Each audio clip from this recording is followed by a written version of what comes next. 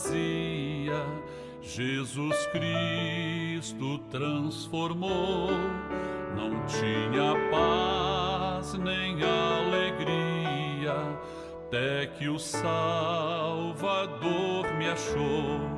Tal como a flor que no jardim desponta para a luz do sol, assim brilhou um dia em mim Jesus. Nasci de novo para entender o amor que Cristo tem por mim. Jesus achou-me, agora sou feliz.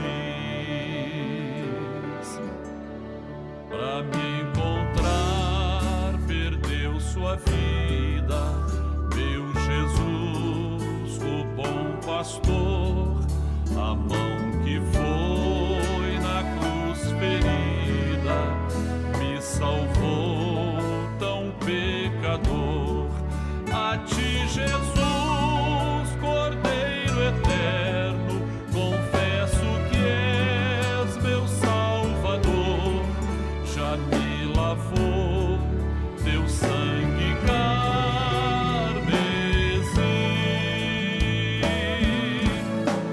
Tão frágil, tão pequeno sou, cuida de mim com teu amor, como uma flor pequena em teu jardim. Como uma flor pequena em teu jardim.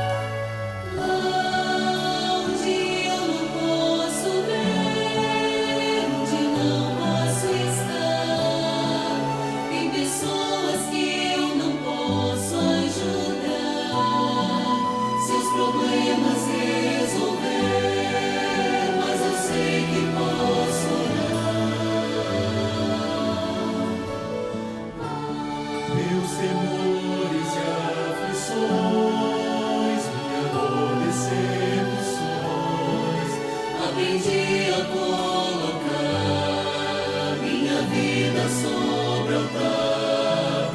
Então sei que posso orar e em Deus posso confiar.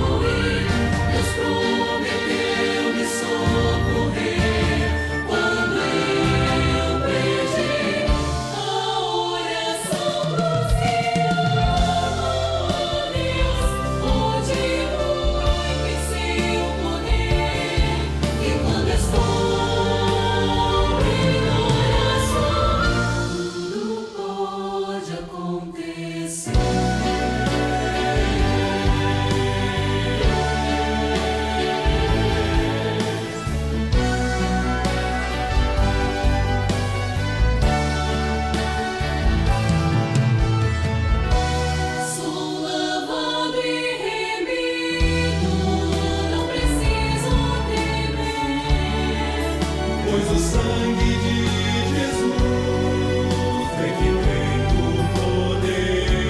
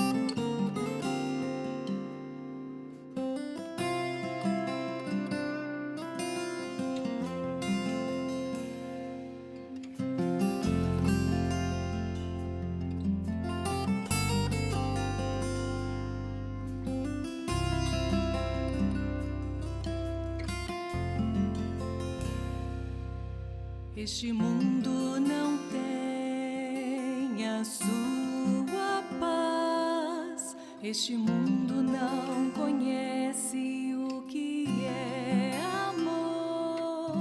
Este mundo não sabe o que é ser feliz. A paz do Senhor Jesus. Dentro de 5 minutos, daremos início às participações da Escola Bíblica Dominical, transmitidas por esse canal. Convidamos você e sua família para participarem. Compartilhe esse link, passe para amigos, vizinhos, parentes, pessoas por quem você está orando. E juntos receberemos uma grande bênção do Senhor.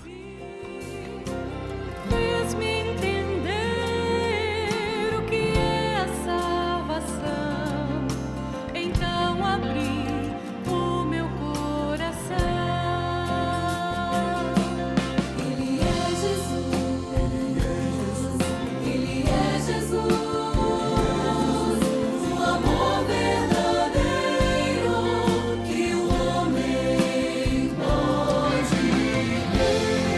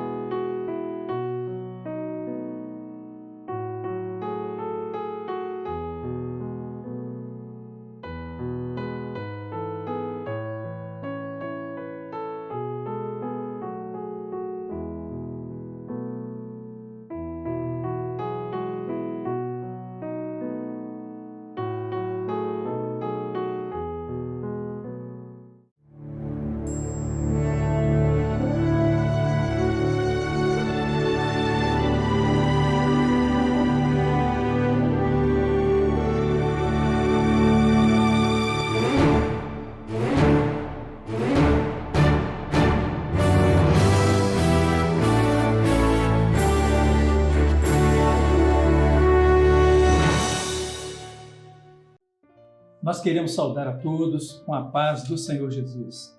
Estamos aqui mais uma vez, o nosso compromisso das tardes de domingo, hoje, dia 30 de outubro. Creio que a grande maioria já cumpriu, não é, com a sua responsabilidade, com a votação do segundo turno das eleições. E agora estamos aqui para a nossa edição semanal, onde, como sempre, apresentamos os nossos vídeos com as participações da Escola Bíblica Dominical. Hoje pela manhã, pastor Gilson, também na sua rotina de sempre, às 9h30, apresentou alguns vídeos do Brasil. Às 12 horas após o culto, ele apresentou vídeos do exterior. E agora nós retornamos, porque realmente tem sido muito grande a quantidade de material que temos recebido e isso nos alegra muito. Nesta tarde nós temos aqui um casal muito querido nosso. Estamos aqui com os nossos queridos Ana Carolina e Anderson, seu esposo. Eles são de Brasília, da igreja de Vila Planalto, cujo pastor atual lá é o pastor Marcos. Mandamos o nosso abraço para ele. Aninha, muito bem-vinda. Obrigada, Pai do Senhor. Pai do Senhor, muito bom tê-lo aqui. Querido Anderson, muito bem-vindo. Amém. Pai do Senhor. Muito bom ter a participação dos queridos aqui, aproveitando a estada deles aqui no Rio de Janeiro, né? Não podíamos deixar de convidá-los para participarem de algo que nós consideramos tão especial. Louvado seja o nome do Senhor. É por isso que nos maravilhamos, porque esta obra é única, né? Somos um corpo só, espalhados não somente pelo Brasil, mas por diversos lugares no exterior. E quando encontramos irmãos conhecidos, então, nos alegramos mais ainda. Amém? Vamos iniciar, então, a nossa atividade.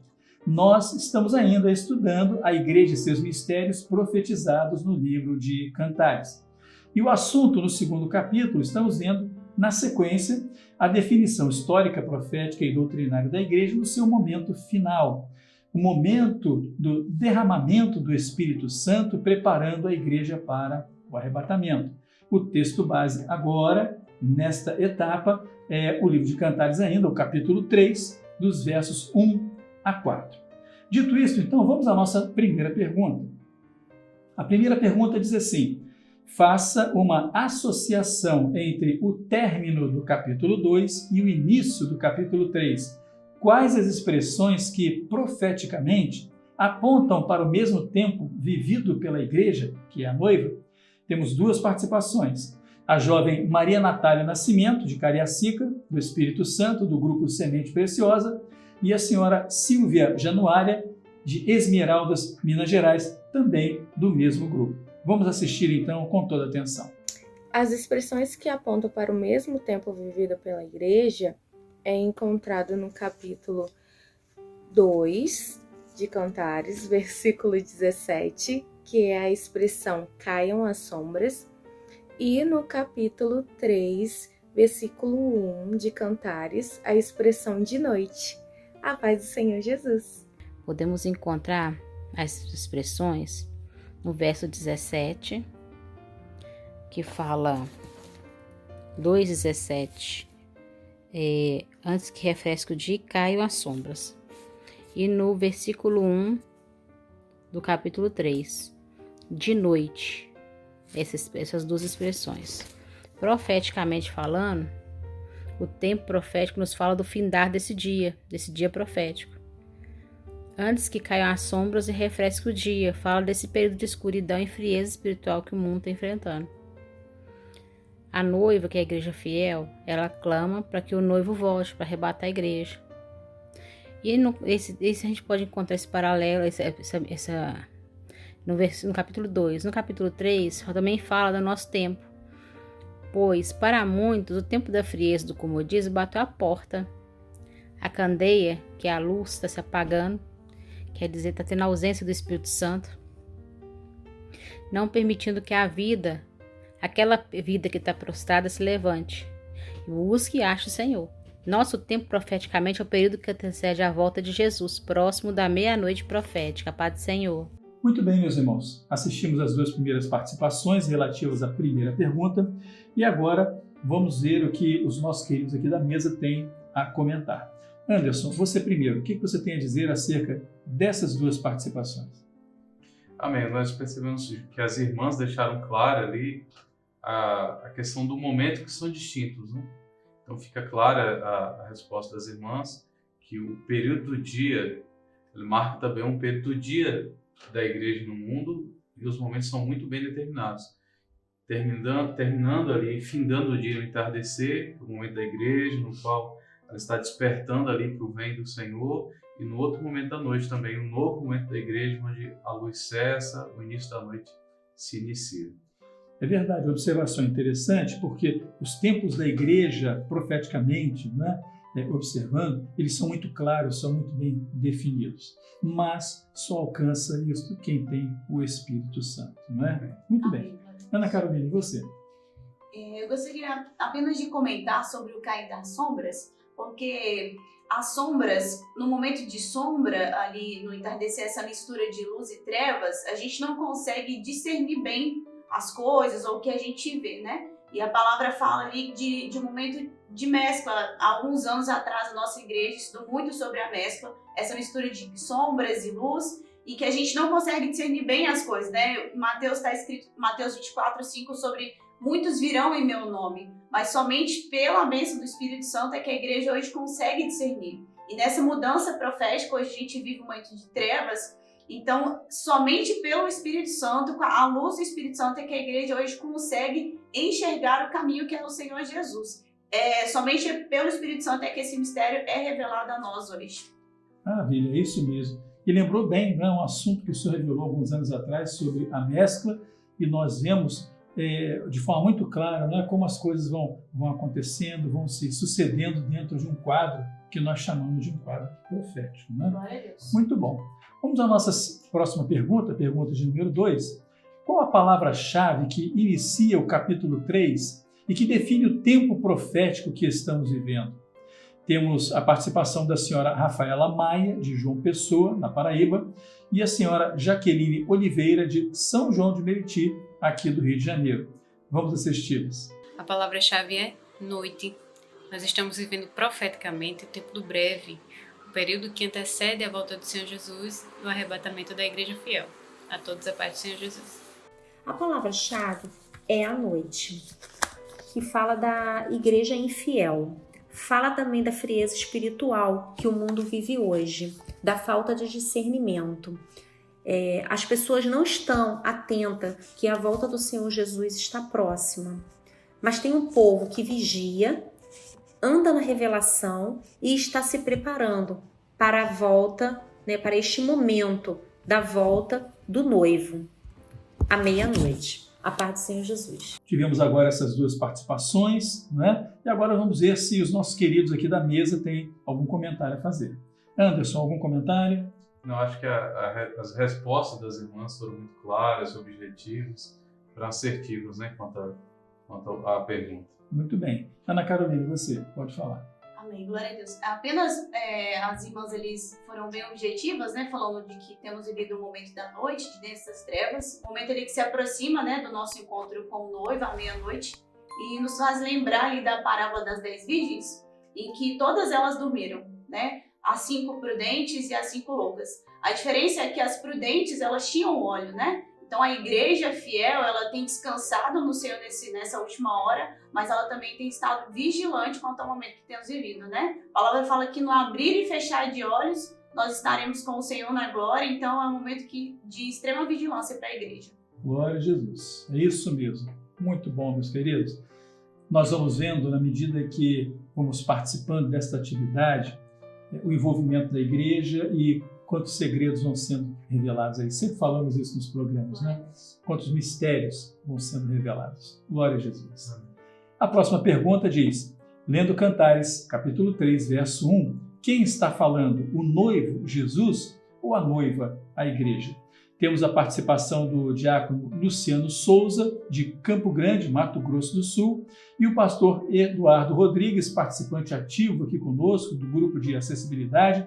Ele é de Palhoça, Santa Catarina. Vamos assisti-los então. E a resposta é a noiva, a igreja. Nesse momento de trevas em que estamos vivendo, a igreja fiel, aquela que anda na revelação, está discernindo o que o Espírito Santo tem falado à igreja nos últimos dias.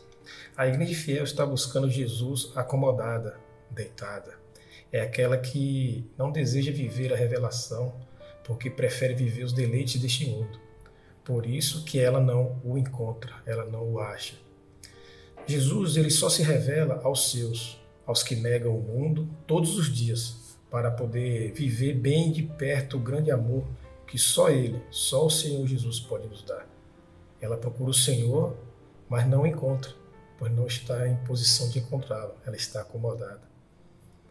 A noiva infiel, ela conhece o Senhor, ela conhece o noivo, sabe das profecias, mas ela não sabe buscá-lo, porque ela não tem comunhão e ela também não é reconhecida pelo noivo. Nós percebemos ali pela leitura do texto que quem está falando é a igreja infiel. A igreja infiel, nós já vimos agora que ela está buscando no comodismo, ela está acomodada e ela não está achando o Senhor. A igreja fiel não. Ela clama, ela busca o Senhor e o Senhor se revela a ela como o Senhor tem se revelado ao seu povo. Amém? Muito bem, meus queridos, retornamos de mais 2 participações, o diácono Luciano, o pastor Eduardo, e eu começo agora pela Ana Carolina para que ela faça seus comentários. Como os irmãos já responderam, né? Quem está falando nesse versículo é a noiva. E podemos ler no começo, fala assim, busquei aquele quem ama a minha alma. Na primeira epístola de João, no capítulo 4, no verso 19, nos diz assim, nós o amamos porque ele nos amou primeiro. Então, o amado da nossa alma, né? Nós só amamos o Senhor porque ele um dia nos amou primeiro. E é por isso que identificamos a noiva que está falando nesse versículo. Muito bem, muito bem. E você, Anderson, algum comentário? Também dando continuidade acerca dos pontos, né, do versículo, deixa claro, né, não há, que tira qualquer dúvida de que é a noiva que está falando. A segunda parte diz assim, busquei-o e não achei. O Senhor, né, o Deus Trino, a sua onisciência, onipotência, né, e na sua onipresença, ele encontra todos. Mas o homem pode não achá-lo, como aconteceu aqui, porque o homem tem condicionantes. Então, só a noiva poderia dizer, busquei e não achei, porque o Senhor ele encontra o homem, aonde quer que ele esteja. Então, o homem ele tem condicionantes. A igreja ela tem requisitos para que possa encontrar ao Senhor. Nesse momento aqui, não encontrou, como nós vamos ver nas demais perguntas, por quê, né? Nesse momento não encontrou. Então, claramente, a noiva, por algum motivo que nós veremos, não encontrou o noivo. Muito bem, veremos nas próximas participações, né? Porque esta noiva não encontrou, não é verdade? Muito bem, na sequência, então, pergunta de número 4. Nesta hora, há um apelo para que a igreja se levante. Levanta-te, amiga minha, formosa minha, e vem. Cantares, capítulo 2, verso 10. De acordo com o texto em Cantares, capítulo 3, verso 2, por que o noivo Jesus não foi encontrado? Temos a resposta do obreiro Kaique Ribeiro, de Salvador da Bahia, e o diácono Michel Sena, de Vitória da Conquista, também Bahia. Vamos assistir então. Por que o noivo, que é Jesus, não foi encontrado? Porque a noiva, né, que fala da igreja, procurou o noivo, que é Jesus, no momento, no local e de uma forma errada. Né? Buscou com atraso, fora do tempo do Senhor, né? Fala do despreparo, da falta de vigilância. O buscou da cama, né? Fala do comodismo, ali de seguir a própria vontade do homem, né? Ali alimentar a própria carne. E buscou nas ruas e praças, né? Falando dos ajuntamentos, multidões, movimentos, né? Guiados ali pela emoção, pela exaltação do que é do homem, né? E não pela redenção e o amor a Cristo. Porque foi procurado de forma errada em lugares errados. Não se encontra o noivo no comodismo, em eventos religiosos, em movimento desse mundo. O noivo, que é o Senhor Jesus, é de gentil presença e só pode ser encontrado no corpo, na palavra revelada, na manifestação dos dons espirituais, na oração e na comunhão. A paz do Senhor Jesus, irmãos. Então, irmãos, retornamos dessas 2 participações. O Anderson, no bloco anterior, ele fez um comentário dizendo que ficaria mais claro até na medida em que seguíssemos com as perguntas. E agora, vendo esses 2 vídeos e com o comentário que ele vai trazer, eu entendo que conclui para nós, que fecha bem este entendimento. Anderson, pode falar, meu querido. O que a gente vê que define a igreja, será fiel ou não, são suas ações, aquilo que ela crê, aquilo que ela prega, aquilo que ela vive. Então, a igreja pode até ser confundida pelo mundo se é fiel ou não, mas para o seu não, pelas suas ações, né?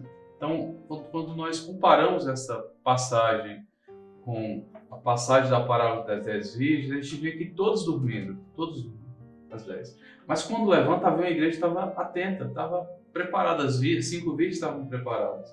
Então, quando a gente vê, nesse momento, uma igreja que acorda, percebe que o noivo não está e busca, não encontra, claramente é uma igreja que a gente chama de igreja infiel. Pode ser qualquer um de nós, né? Porque nós só encaixamos como igreja fiel quando nós agimos como tal, né? Como igreja fiel, que conhece, sabe como buscar e o encontra porque nós ouvimos a sua voz. Quando nós comparamos também com essa sequência do capítulo 2 e do capítulo 3, a gente vê que esse momento no qual a noiva ela acorda e percebe que o noivo não está presente, porque ela está dormindo junto, estava junto. O noivo estava presente. Por que o noivo saiu e a noiva sequer percebeu? Mas o Senhor, na verdade, no verso 10 do capítulo 2 e no 13, é um chamado do Senhor. O Senhor fala assim, levanta-te, amiga minha. Então, a igreja estava ali, deitada com ele, mas levanta. É como se eu tivesse falado com minha esposa, né? Ela sonolenta. Levanta, minha amada. E ela, na sonolência, ouvisse, voltasse a dormir, depois eu saísse de perto dela, acordasse e não sabia onde eu estava. Foi isso que aconteceu com a igreja no seu momento histórico, onde as igrejas dormiram para a maior profecia, que era acerca da volta do Senhor, no qual a igreja havia pregado, no final da igreja de Filadélfia, né, historicamente, as igrejas pregaram muito sobre a volta do Senhor, mas elas adormeceram. E havia um chamado, levanta-te, amiga minha, vem, amiga minha. E no adormecer do leito da intimidade, a igreja não percebeu que o amado não estava mais presente. Então a igreja perdeu esse momento de intimidade, no qual o noivo estava presente, saiu, ela sequer percebeu. Quando ela acorda, percebe que o noivo não está mais presente, ela busca. De uma maneira errada inicialmente, mas também no final de maneira correta, e nós vamos identificar que a igreja fiel um pouco mais à frente. É interessante o seu comentário, porque me lembra muito uma expressão que o pastor Gilberti usa, de uma igreja que perdeu a sua essência profética. Qual é a essência profética? Tem a revelação, guarda a revelação, vigia por esta revelação, para que não fique para trás. É exatamente isto o quadro que é apresentado nesse momento. Louvado seja o nome do Senhor. Né, meus irmãos? Glória a Jesus. Vamos à nossa próxima pergunta. Pergunta de número 5. Lendo Cantares, capítulo 3, verso 2, a atitude da noiva em se levantar foi correta ou errada? Temos a resposta da jovem Juliana Nunes, de Piuni, Minas Gerais, e do pastor Benício Rocha, de Timóteo, também Minas Gerais. Vamos prestar atenção. A atitude da noiva em se levantar foi correta. Não se pode encontrar um noivo que é Jesus no comodismo. A paz do Senhor Jesus. Foi correta. O capítulo 3, verso 2, mostra o ambiente externo, fora da igreja. Neste momento de trevas, as pessoas têm se levantado do seu comodismo com um desejo maior de buscar ao Senhor e não estão encontrando, porque estão buscando no lugar errado. O homem, sem o mistério, ele anda rodeando, sem chegar a lugar algum, porque na cidade existe agitações, movimentos, e também não vão encontrar pelas ruas, porque a rua é o pedaço de um caminho. O homem só vai encontrar salvação em Jesus, porque Ele é o caminho, a verdade e a vida. A paz do Senhor Jesus. Então, meus irmãos, estamos de volta, assistimos mais 2 participações e agora começamos aqui com os comentários da Ana Carolina. Pode falar, Ana. Como já foi dito pelos irmãos, a atitude da noiva ali em se levantar, ela foi uma atitude correta.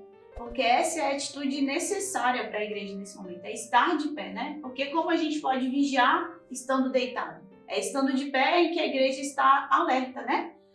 Paulo exortou a igreja de Tessalônica, na sua primeira carta, no capítulo 5, verso 6, dessa forma: Não durmamos, pois, como os demais, mas vigiemos e sejamos sóbrios. Aqui o vigiar é estar acordado, estar em alerta, né? A igreja nessa hora ela está de pé para ouvir a voz do Espírito Santo, que vai nos guiar até o encontro com o nosso noivo.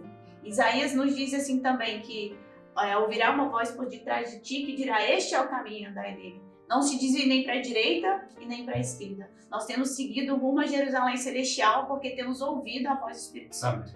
Glória a Deus. Anderson, você.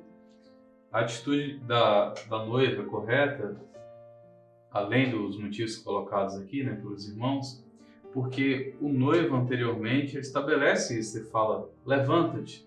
Então, a noiva ali lembra da palavra do noivo e a partir da palavra do noivo, ela faz essa proposição: levantar-me-ei, rodearei. Então, a palavra era o princípio de tudo para ela voltar a encontrar o noivo. Então, a palavra do Senhor é o nosso alicerce para todas as coisas. Glória a Deus. Muito bom, meus queridos.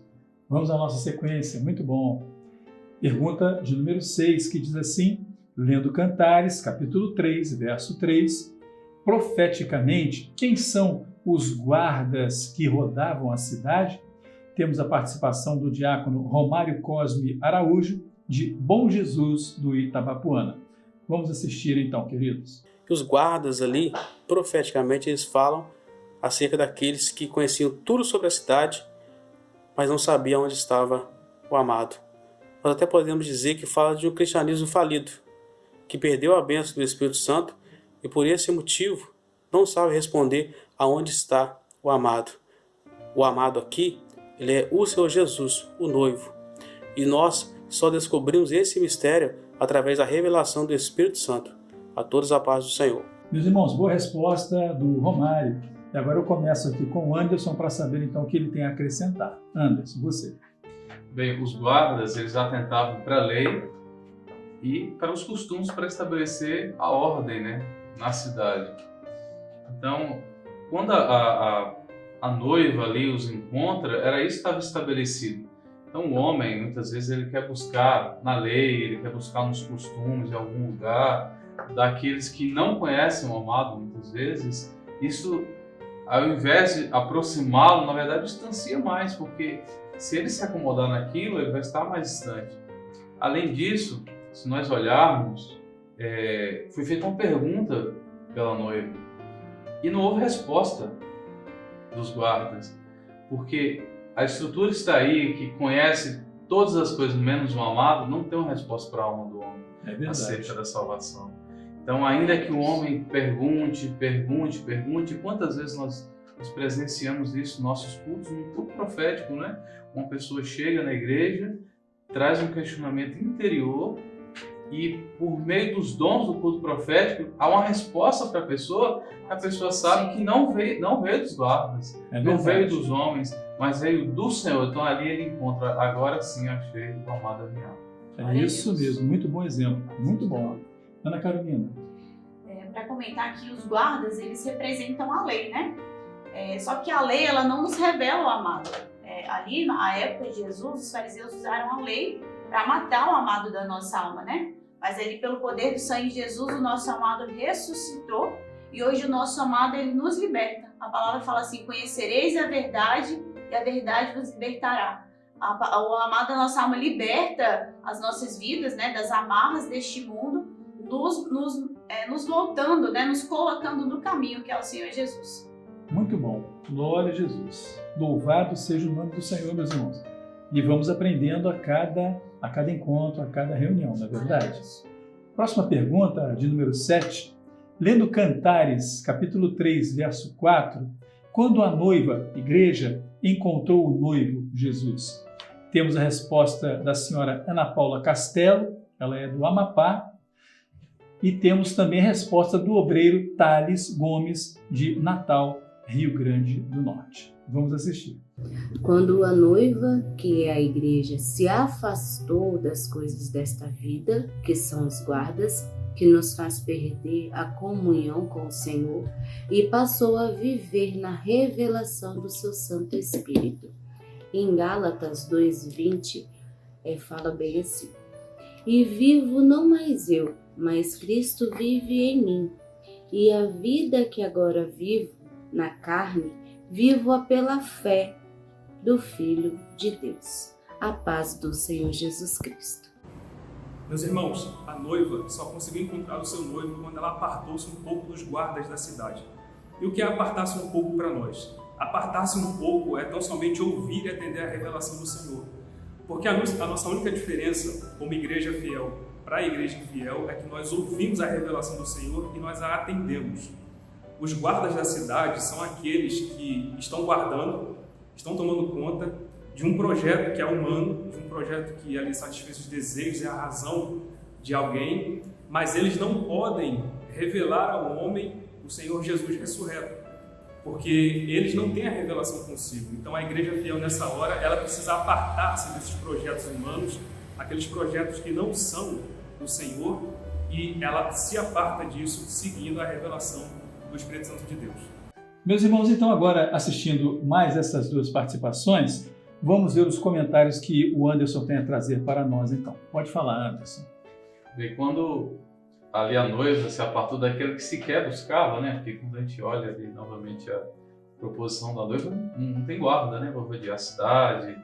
Então, como ela havia encontrado aquilo que ela não esperava, porque ela esperava encontrar o noivo. Então, às vezes o homem tem suas decepções, né? Encontrou o que não imaginava, o que não queria. Mas quando o homem ele se volta para buscar o Senhor e se afasta aquilo que nós já comentamos que não tem relação com o projeto profético, sim, lei, ordem, costume, que seja um lugar, uma estrutura humana, aí sim o homem se aproxima mais do Senhor. Muito bem, é isso mesmo. Toda essa estrutura chamada humana, não é, que você disse, são as coisas racionais, são as coisas emocionais, que nada tem a ver com o espiritual, com o profético, com o revelado para a igreja em todo o tempo, não somente nesta hora, mas em toda a sua caminhada, não é isso? Muito bom. Meus irmãos, concluímos uma primeira etapa. As duas próximas perguntas serão dirigidas à classe de crianças, intermediários e adolescentes. E como fazemos sempre no nosso programa, antes dessas próximas perguntas, vamos louvar ao nome do Senhor. Cante em sua casa este louvor que as crianças cantam, cantamos também, sempre recebemos uma bênção. Vamos adorar ao nosso Deus. Quero ser fiel a ti, Jesus, fazer sempre a tua vontade, guardar a tua palavra, que é luz e vida para o meu caminho. Ser fiel, ser fiel, ser fiel até o fim. Ser fiel, até meu Jesus voltar. Quero andar na tua luz, Senhor, só assim estou seguro. Quero proclamar em alta voz: Jesus ressuscitou ao terceiro dia, está vivo e reina em meu viver. Ser fiel, ser fiel até o fim. Ser fiel, até meu Jesus voltar. Jesus está vivo, reina em meu viver, e em breve voltará. Glória a Deus, meus irmãos. Louvor maravilhoso, né? Como todos os louvores que apresentamos ao nosso Deus. Só Ele é digno de toda a honra, toda a glória e todo o louvor. A pergunta agora, então, para a classe de crianças, intermediários e adolescentes, que diz assim, lendo Cantares, capítulo 3, verso 1, por que a igreja precisa estar atenta nesta hora?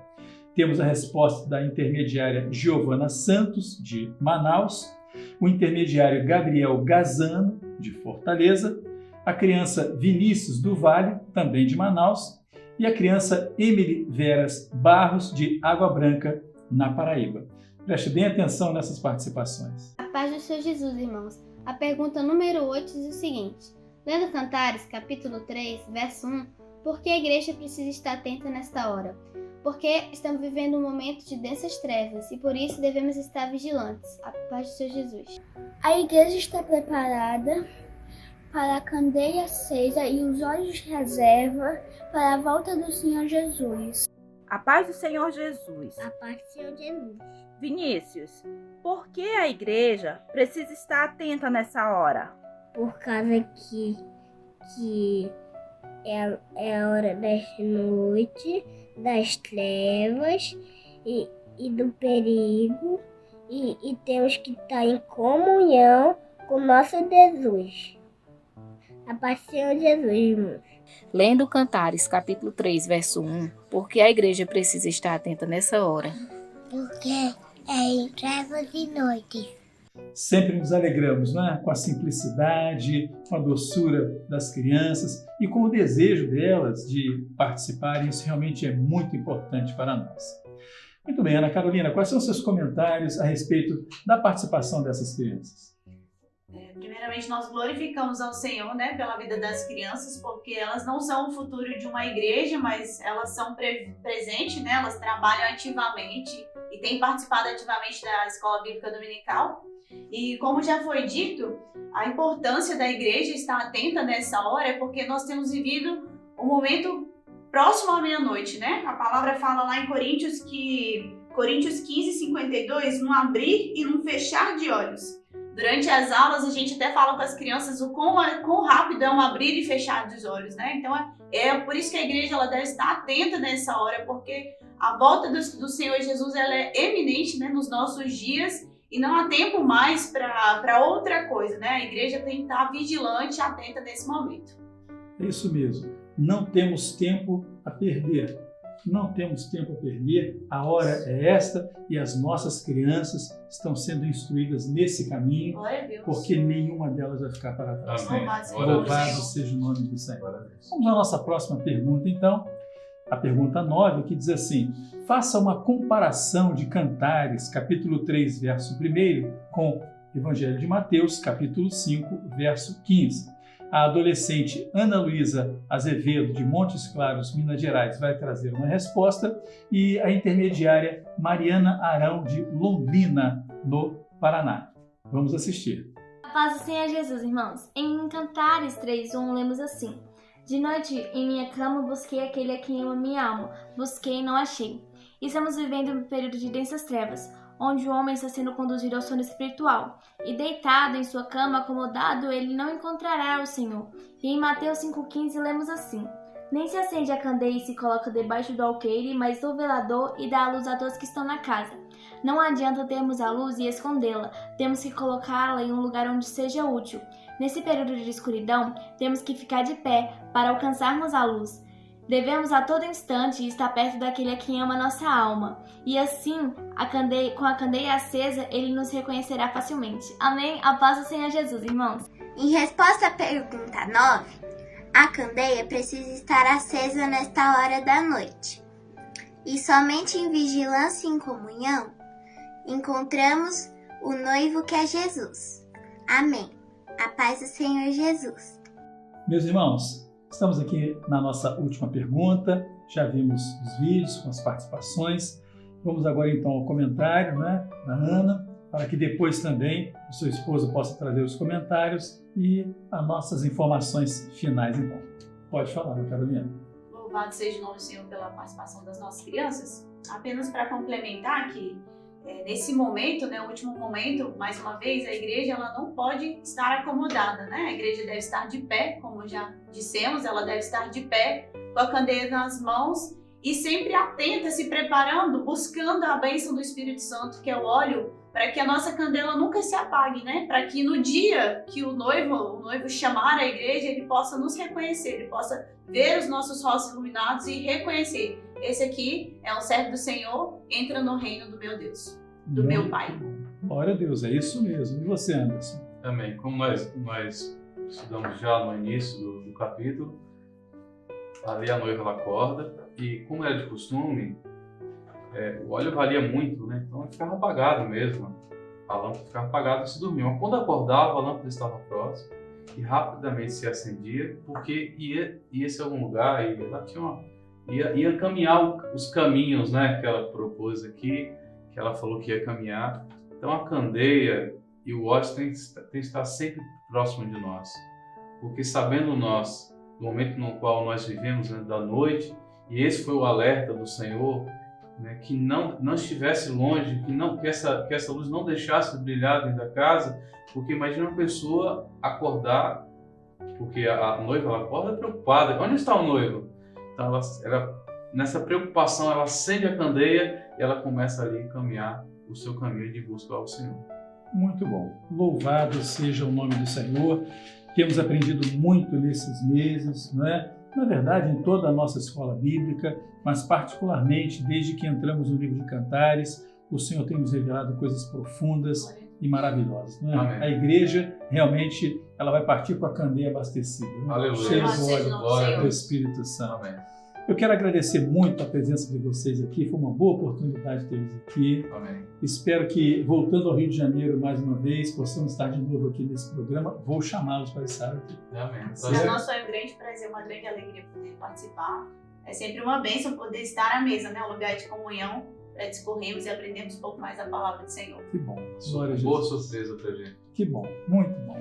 E quanto a você que nos assiste, não esqueça do seu like no nosso programa, siga-nos nas redes sociais, faça a sua inscrição no programa para que você possa receber os avisos, envie comentários acerca do programa e, principalmente, grave a sua participação na Escola Bíblica, é muito importante para nós. Daqui a pouco, às 19 horas, temos o nosso culto presencial em todas as igrejas. Às 20 horas, o nosso culto transmitido pelo YouTube.